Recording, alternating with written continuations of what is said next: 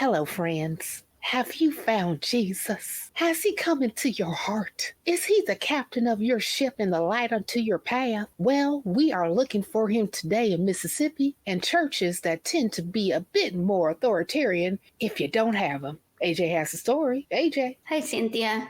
Today, we are definitely looking for Jesus. Sheriff Kevin Crook at the Monroe County Sheriff's Office in Mississippi recently posted not one, but two personal messages on the official Sheriff's Office page after a man was arrested on charges of methamphetamine and weapons possession, claiming that the only solution that he sees to the county's drug problem is finding Jesus. The second article that we're discussing, interestingly enough, provides arguments that people with higher church attendance rates and religiosity tend to also have higher authoritarian attitudes, as well as a higher level of support for conservative political figures. The writer showed with very clear data that white evangelists, Republicans, white Catholics, and Christian nationalists all have a much higher level of authoritarian behavior, as well as leaning to support heavily conservative authoritarian politicians. These articles are from The Friendly Atheists by Herman Mehta and Religion Dispatches by crises, and they were both posted on September 13, 2024. Thank you, AJ. And I'm going to come to you with my first question. I want to know how effective, or do you see anything in being effective?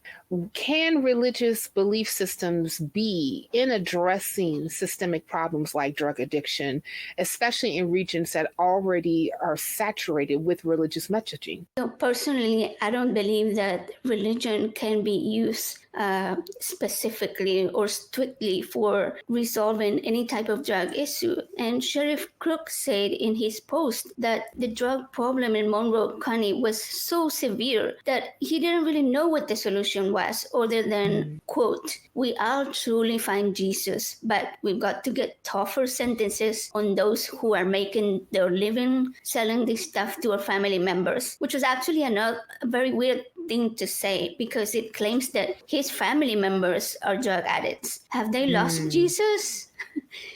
I think, later on, he actually posted a video on the official Monroe County Sheriff's Department Facebook page. It was right after this. And he was heard saying, "I know Jesus is coming back one day, and we've all got until that day to figure out our own eternities." So on the grand scale of things today, I would rather be concerned with that than anything else.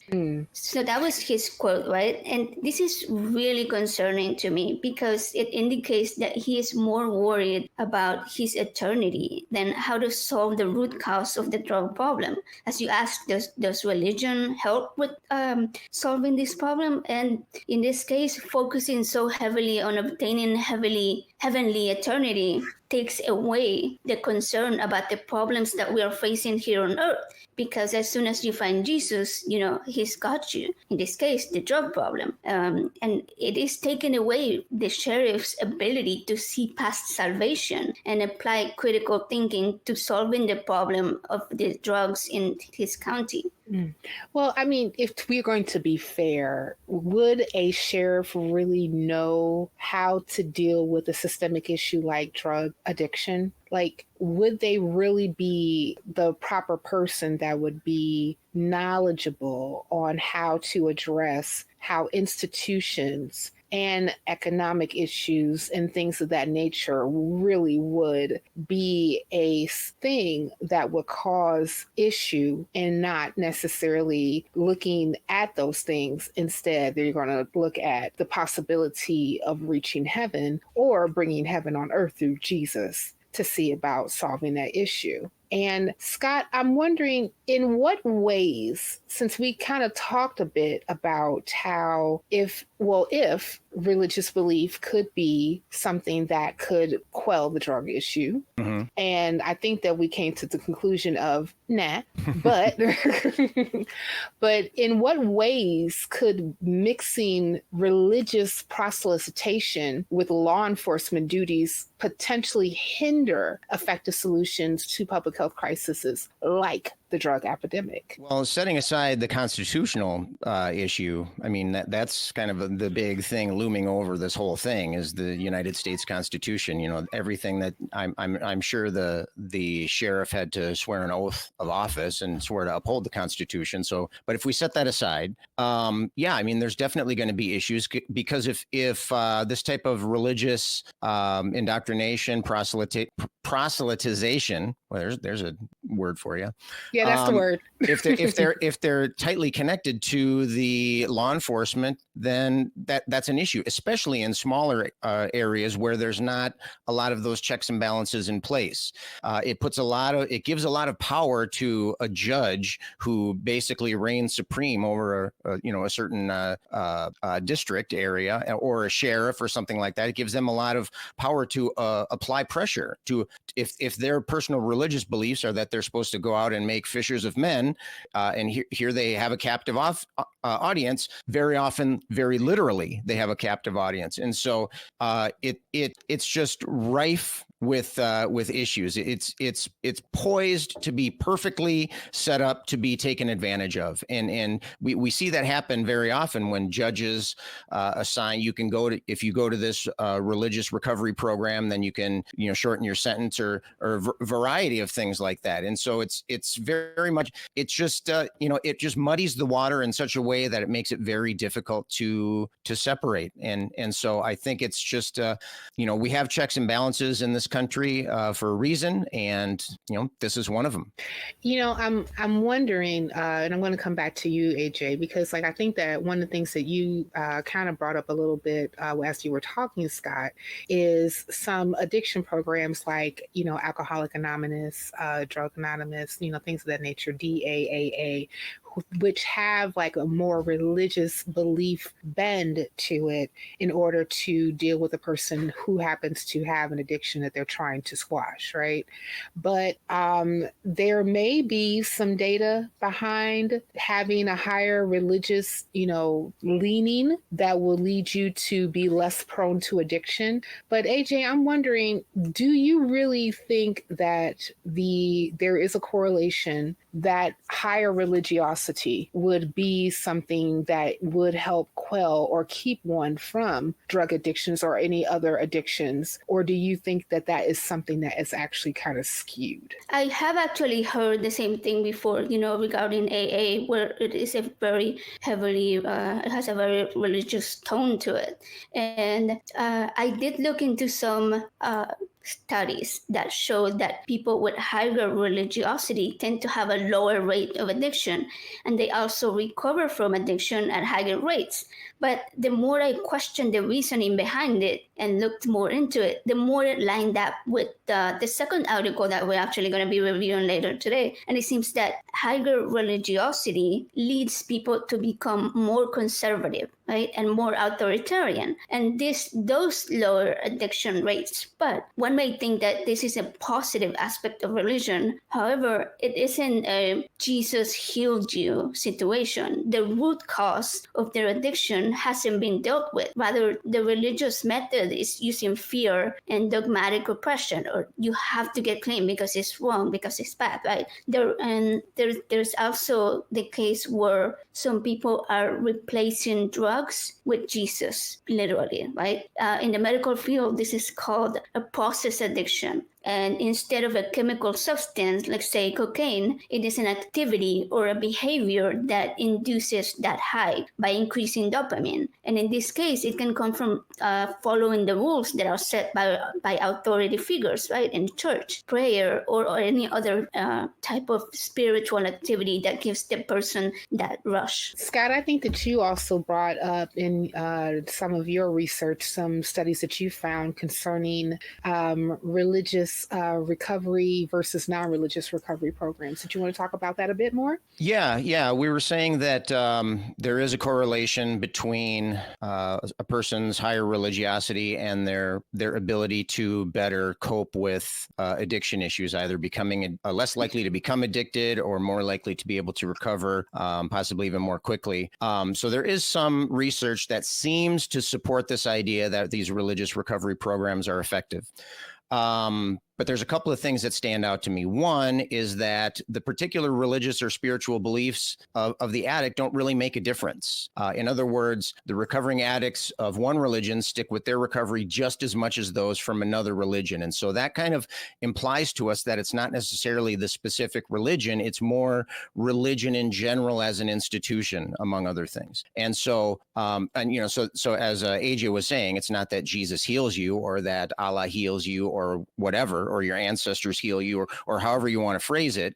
It's that this being involved with that type of activity, that type of community can make a difference. The second thing is that there are non-religious recovery programs that are structured similarly to those religious programs, and they turn out to be just as effective as the religious programs. Here's a quote from addictioncenter.com. They said that a study found in the Journal of Substance Abuse Treatment compared the effectiveness of non-religious treatment programs, WFS, Life Ring, and Smart Recovery, to other 12-step programs. Researchers found the alternatives were just as effective as the religious 12-step programs due to the following benefits, and they specifically cited 4 benefits. And I will point out to you that none of these mention anything about God here. First, social support for abstinence. Second, attendance in a group meeting or group setting. 3, sober culture. And 4, tools to motivate abstinence. And so this research seems to indicate, or seems to nudge us in the direction of thinking that it's not so much the religion, it's not the content, it's the context of that content. It's the way that religious organizations operate. They tend to encourage friendliness. They tend to encourage mutual support. They tend to encourage relying on each other, calling each other when there's issues and things like that. They have these prayer circles, which encourage you to be thoughtful of other people within the group and that kind of thing. Reach out if there's a problem, whether you have the problem or somebody else has the problem. And so there's many aspects that I think in statistics, we would call them confounding variables. Basically, it's not the religion that's helping. And I think the evidence is pretty clear and showing that it's not that, it's the social environment that happens to be created in a religious institution. I would be very interested. I told you that they compared non-religious recovery programs that had a similar structure and found that they were just as effective. I'd be curious if they looked at things like recovering religious addicts that are not necessarily involved in a 12-step program, but maybe are trying to do things like pray the addiction away or something else that might be a different kind of social setup. So clearly there's more research to be done, but the stuff that I've seen so far is really indicating that it's a social solution. We're a social species. That's not surprising at all, but there's a social solution there, and it's not a divine solution. Speaking of solutions, do you mind if I add something to that? Yes, sure. Please. There are many countries that are a lot more secular than the United States. For example, Switzerland and the Netherlands, and they are using decriminalization as a method of dealing with drug addiction with pretty good success. They have lower rates of deaths by overdose because they have implemented several programs that reduce harm. Some of these programs are like the naloxone access and distribution for opiate addiction, supervised use sites. Those are especially for injected drugs like heroin, and then more accessible mental health screening and treatment programs. Those are so important. In the United States, the only place to try the decriminalization program was Oregon. They tried it in 2020 and it worked pretty well, but unfortunately it was during COVID and there were some issues that sort of made it take a step back, and eventually in 2022 they completely repealed that rule, so it's no longer active. Yeah, that has a tendency to be more so on clinics and other health organizations that are pushing harm reduction programs that would have actually seems like the data would support that methodology more so than trying to be a bit more restrictive when it comes to like addiction. And I was even thinking about the those structures that you were talking about, Scott, especially that secular programs that mirror some of the things that the religious programs does. And I thought that it was very interesting that one of those things that was encouraged and pushed was abstinence. And I was thinking to myself, like, why is that the case? And then it kind of hit me that, you know, a lot of times that people are using any type of like substance, and they do it in like social activities, right? And, you know, possibly if you are a person that has a tendency to maybe like use with a partner, used to induce like, you know, a more help me out, guys, with the words that I'm looking for, a more potent experience when you are, you know, right doing the you know. Just saying. Enhancement. This is Nonprofits After Dark tonight, right? Yeah, we follow us on the OnlyFans as well. Exactly. You can reach us at right, link below, right. And make sure you give to the patron.